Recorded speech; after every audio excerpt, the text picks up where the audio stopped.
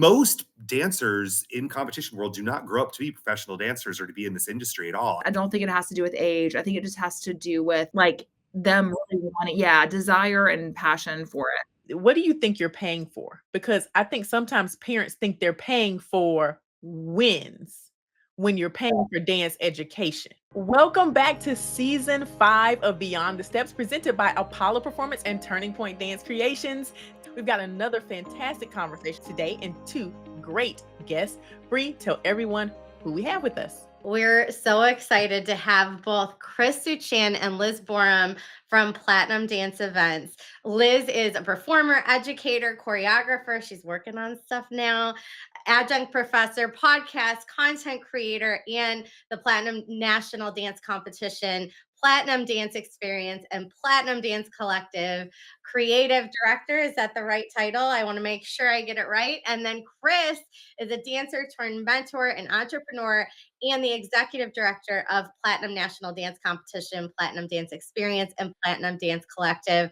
You guys are some of my favorite people in this world. So I am so pumped to finally have you on the show. Welcome. Thank you for being here. Oh, thank you for having us. We're so excited. You're one of our favorite people too. I mean, we're the best trade show neighbors ever. So if you ever go to a trade show and see Apolla and Platinum, that is where we are bringing the energy. I'm just saying, look for us.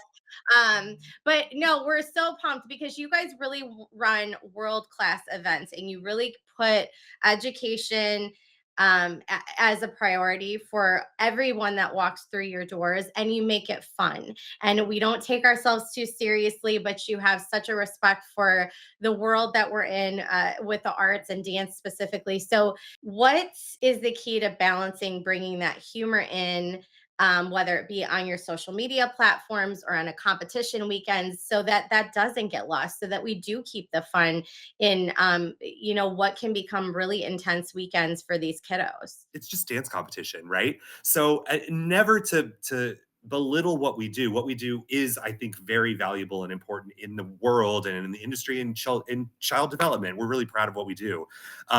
But we also have to see what we do and have a little bit of perspective of what we do and understand that this is an industry where it's all opinion based. It's all what 3 people decide they like on a Saturday afternoon at 2:30. Like, who knows, right? It really comes down to that, unfortunately. I mean, that would be one of the negatives, I guess, to dance competition, although that's the only one because there's no negatives to dance competition. You got to keep it fun. You have to keep it fun. It's children on stage with a lot of emotion and a lot of adrenaline and energy, and you just have to stay at that level and just, hey guys, have fun. At the end of the day, you're going to get whatever adjudication you walk away with that day. Tomorrow it's going to be different. Last week it's going to be different. So whatever you can do to just keep it fun in the moment, that's what I think we're trying to do, right, Liz? Yeah, and it's like, that saying, like, your vibe attract or yeah, your vibe attracts your tribe. It's like, there is, like, a very intense competitive side to competitive dance, but I think that as a whole, our company's motto and mission is just to provide a really safe and fun environment for kids to be able to come and perform and get valuable feedback. And so I think that that being kind of at the press, like the principal mission of our company, makes it really important to then, not that we're not taking it seriously, but then to do just that, like to just make people feel comfortable and to bring in that kind of like lighthearted, to be able to laugh at yourselves, to be able to like, a mistake on stage isn't the end all be all. It's a place to grow from. And I think, yeah, so I think that the humor kind of comes like along with the territory of just kind of like wanting not to make fun of what we do or to take light of what we do, but to just offer comfort and like, just kind of be like, I think there in humor, there's vulnerability. Which I think it also translates to what we're doing on stage. Like it's a very vulnerable moment out there. So to be able to kind of like laugh at it or kind of do whatever, especially, you mentioned our social media, we do a lot of kind of like not laughing at dance, but kind of like, hey, we're like, some of the stuff we do is. I love it. I think you do it perfectly. It's if not my favorite account, one of my favorite accounts. It is, you guys just nail it every time and it's so perfect. And if people aren't laughing at it, they're missing the point. Like that is what you guys do. So I absolutely adore it. Keep doing it. I love it so much. For sure. I think that, it's the quintessential we're laughing because it's true. It's funny because it's true.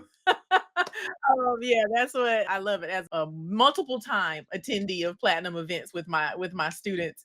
I definitely love it. We want to talk about the value of dance competitions because I think there are some studios and parents that are struggling sometimes to see the value in a dance competition.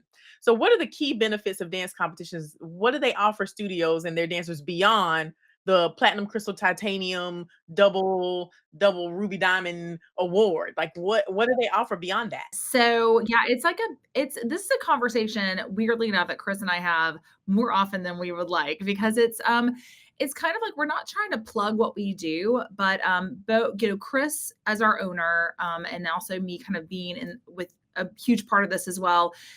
We're both like dance professionals or have been dance professionals. And so growing up in the competition world wasn't about a trophy now.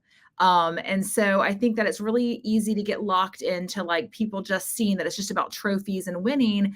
But I think that it's important that you realize that like the value of you getting to practice what you're going to do in real life on a stage. There's so little opportunities for dancers to be on a stage outside of like a recital, a spring show, and all that kind of a school performance and all that. And then all of a sudden you want to launch yourself into this professional career, or you want to, um, do something in this dance industry, and you're asked to audition and then perform on a stage, and you've only had like this much practice. Like it's about learning to perform and getting really confident and comfortable, and being able to practice your craft in a safe space where people who are educators or knowledgeable of what you're doing are watching you and only there to support and give valuable feedback for what you're up there doing, that then you can take and turn around and then put into practice. And it's just an exchange. And, it's competition. I think it kind of, competition puts us in kind of that like, well, there's other school sports that get to go and like see and kind of put where they are in the world, in kind of in a placement, or, they play a soccer and get a goal or whatever. And, dance is so subjective. I think this is the only way to make this work where you can kind of be able to kind of see where you're at, perform, put yourself in front of other people. I know like back in my day, we didn't have, social media and all that. And so the only time that I would get to be inspired or to see other people or to kind of know if my level of talent was like in with other people was when we go to like a nationals or some sort of competition or convention. It was always like, oh my gosh, yes. And then it would kind of push you to rise to that level. And that's kind of where I started my career. And, I think it's still valuable. And I think sometimes it's really easy to get caught up in that, like crystal, double platinum and all that. And to kind of like, but I think that we have to, at the end of the day, that is all designed just to make you want to be better. Well, and it's funny because I can hear the people at home going, well, what if, my kid's not going to be a professional dancer and that's not even what they want to do? And the answer to that would be, in my opinion, yes, but that sets them up to be a confident human being, to be able to take a stage. I'm going through this with my 11-year-old now, where my 8-year-old just took the stage for the first time in a piano recital, and she was so confident going into it. And the minute she approached that stage, she was just like, I mean, a ball of nerves. And to watch her go through that process on her own, and it instilled a tremendous amount of confidence. And when she was done, the pride she had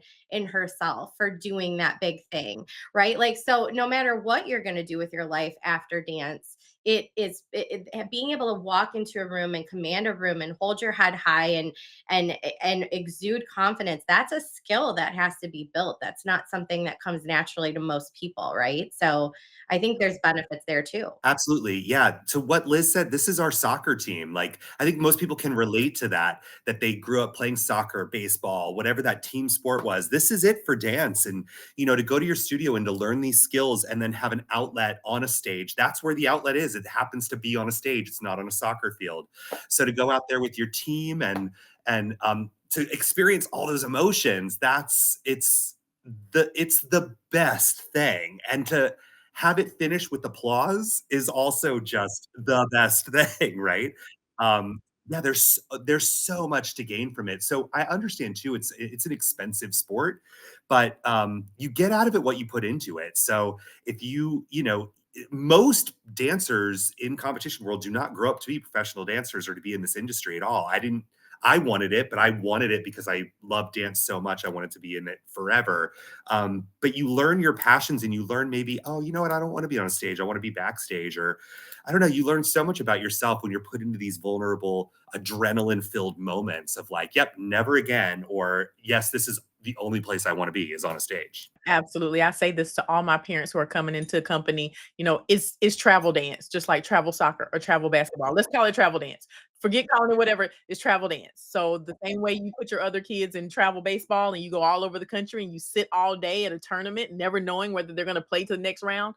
Let's keep that same energy when we're talking about dance, and that's a very hard concept for people to come with. And also thinking about, oh, they're never going to be a professional dancer. Well, they take math and they're not going to be a mathematician, or they play soccer and they're not going to be a professional soccer player. So why are we even having this conversation? It's about what's happening now, live in the present. A professional, it is a very small percentage. It's just about creating an environment where you're able to take feedback, and you're also like the push for yourself, I think too, is so valuable. But also, like, it's an art. Art is meant to be shared, and the only place that we can really share it is a stage. And so I think that's the most important part, is an outlet to share art. So Liz, I have a specific question for you. Competition readiness.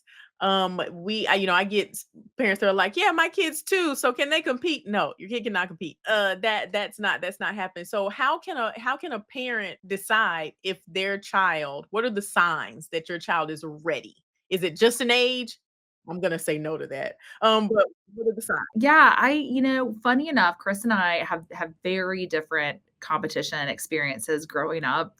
I like hated solos. I wanted to be a part of a group dance. Chris thrived in a solo moment. He wanted to dance by him. I think I maybe had one, and I just didn't enjoy it. I mean, that's not necessarily talking about competition readiness, but it does kind of give you that you know band of like where people are. Like, I think that your dancer needs to be ready to mature, not mature as an like age just has something to do with it. But if you're in a kindergartner and first grade and you see that they're really focused and really loving it, I think that that's important. They have to like love it. And it's not just you pushing them into something kind of like, well, you got to do it now. It's kind of like, no, I really love dance. I'm going to try it. I think it has to be the kid kind of wanting and seeing and doing and wanting to go beyond that.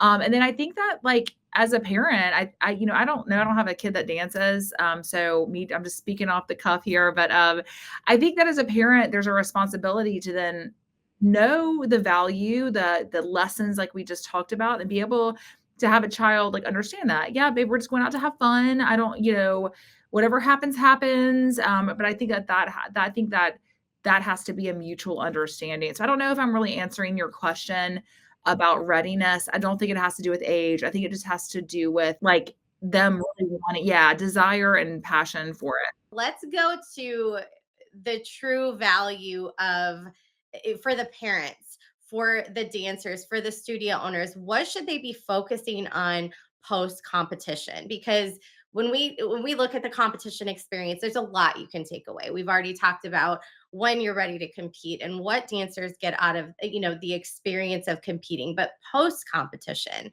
what are the things that you think should be focused on most after we come away from the experience? Definitely from the dancer's point of view, what did it feel like? As a dance teacher, as soon as they would get off the stage, I would always say, "How'd that feel?" And it was if they're like, then I'm immediately setting expectations moving forward into awards or something like that, right? So if they're like, I did, then I would kind of be like, no, I thought you did. I thought you were great, right? Or whatever to temper those emotions, but also like, but let's not forget all the things you messed up or all the things that that you just did, right? That I'm not going to harp on, but you know that you just did that. So let's also calibrate our expectations when it comes to awards. I think the way we train, the way I look at my business as a dance competition, I would say that the judges' feedback is the product that we're selling. So I always deal with that with the training of judges and hey guys, you're the last impression of a dance competition back in their studio when the dance teacher's with the dancer listening. You're the very last thing, the last feeling of that dance competition. Um, so I think the big takeaway is the feedback that they get, and the overall impression that that judge is kind of getting from your performance on stage. I always try to talk to my dancer as well right before if I have a solo or a group, whatever. If I'm in the studio with that person listening to the feedback, I try to calibrate that as well by saying, "Hey guys, I'm gonna maybe not agree with everything the judge says. I'm gonna tell you that now, and if I don't, I'm gonna kind of tell you why I don't agree with them or something like that. Like this is their opinion and it doesn't mean that they're right, but we're going to listen to it because we want to see what their perspective of what your performance was, right? So as we're going along and if they're like, "Oh, watch this or watch that." And I'm like, "Ah, I thought you did a great job there. So that's okay. Don't worry about it." I think that we as a studio, as the dancer, as the teacher, we have to value the feedback that you're getting after this competition because that is the product. And I don't think that we should just throw it away and say they don't know what they're talking about. I hear that a lot, of like, they don't know, they didn't see. No, they did see. They did watch you and they are watching you. And this is what they saw. Well, and the flip side of that is that the chronic problem of not getting any feedback. You hear so many events where the judges are singing the song on the microphone or there's it's complete silence the entire way through and you're craving that feedback. So when you get it, it's almost like, you have to take it for value. Otherwise, what are you doing? Absolutely. Well, and I think too, as human beings, the word feedback is what we want to hear compliments. I don't think people love hearing feedback when they're negative things. And the design of a dance competition is to offer feedback. Now we ask you to sandwich the positives and the constructive, right? But we're generally inclined to put up our defenses to anything wrong with what we're doing. So, or we have to make an immediate excuse for it, right? So I encourage studios to just be like, okay, this might be hard to listen to with any negative commentary, right?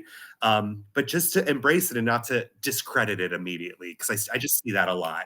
Yeah, that's surprising. I think a lot of times you're going to multiple competitions in a season, and we would always space ours out we would receive that feedback, get it back into the studio. And Melissa, I know you do this too. And we would fix the things that they talked about. If there was a certain area of choreography that just didn't hit right, or there's a formation that was off, or, just this is section, you see it so much with your own eyes and you get almost desensitized in a way. So when somebody else looks at it with a fresh pair of eyes and fresh feedback, it's so helpful to come back if you're open to it and you take the ego out of it to kind of revamp and have another crack at it the next time you go out, and then when you fix it, did that work? Was it enough? So I love that. You're spot on. It's funny too as a teacher because we have these kids that we get hyper focused, like you said, on them specifically, and I'll be like, "Oh my God, just stretch your leg right there," right? And then for the judge to not comment on it is kind of funny, validating. Like, I need to let this go. I need to not worry about this and worry about the other things that the judge actually is seeing. Yeah, Also perspective, like you're watching all your dances like this close in a studio. And so now to get on a stage, like things look different. They're spread out. Spacing might be off. Like your studio might not be the size of our stage. Like there might be some things that you didn't catch at your studio. And I think that everything that Chris is saying is like spot on. But we're not, you know, dumb enough to think that like all the critiques that you get back are those super valuable critiques. Like I think that judges' critiques have gotten a little bit of a bad rap within the industry of just kind of being a bunch of nothing and not the valuable critiques. And I will say that that is probably the most important thing about finding a competition is like how are their critiques going to be. And we're not perfect. But we certainly put a lot into how we train our judges because that's the product. Like your question opened with how are you preparing them afterwards, like, or what do you need to do? What's the takeaway? It literally is these critiques because if you don't place, if you just get your adjudication, you just spent 3 days at a competition, the value is the feedback. And so, it's again not a perfect model, but like you need to understand there's got to be some little nugget of information in those critiques that you need to be able to take away to implement back, to make this worth it. And so I think that that's what you need to train the dancers to think about. Like, guys, it's not what we do. Like, we got our, gold or whatever we got on stage. Let's go listen. How do you transform feedback into fuel? How do you keep them in this growth mindset and not get discouraged when they hear those things? How do you keep them in that growth mindset space and confident and still wanting to move forward when they hear the negative? We talk about giving feedback, and the art of like a great leader, like as dance teachers, that's your job, is to you're a coach. I mean, you're the one who has to, I don't know if there's a formula to it, but it is like, again, that's kind of what competition is designed for, is to get that feedback. So I think we have to kind of get our leaders to kind of be motivating in the fact that, like, hey, look how great this formation looks right here. Imagine if we would have just done this one thing. Guys, like, this is incredible. Or even as a choreographer or teacher, be willing to adjust. Maybe you're like, maybe not this, some of these critiques are just about your kids. Like, if they're over and over, you've got like an arabesque and their knees are just flying, bent because they're whipping the leg behind. Maybe you take the ego out of needing that moment to happen, and you just go to a little low dégagé or a little tendu or something. Like, maybe there's something you gotta get. It's like, it's a team effort, and you gotta, like, your job as a choreographer and a teacher, as a teacher, is to technically push your kids and to get them where they need to be. As a choreographer, is to make your kids look the best that they can be. And as a student, it's for you to then be the best you can be. So it's like all those things have to kind of work together.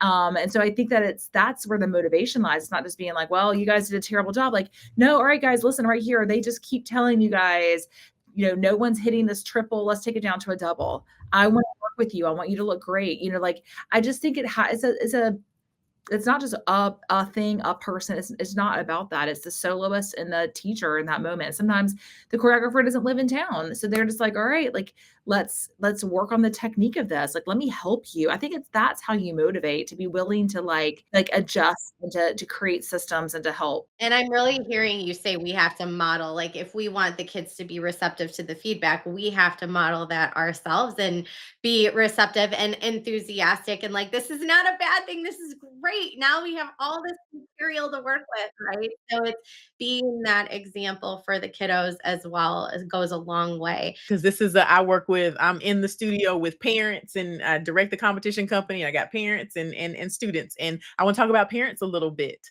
I'm gonna direct this one at Chris, because I think he probably has a great perspective on this. I hear parents say some of the most harmful things when those kids come off stage, or after awards.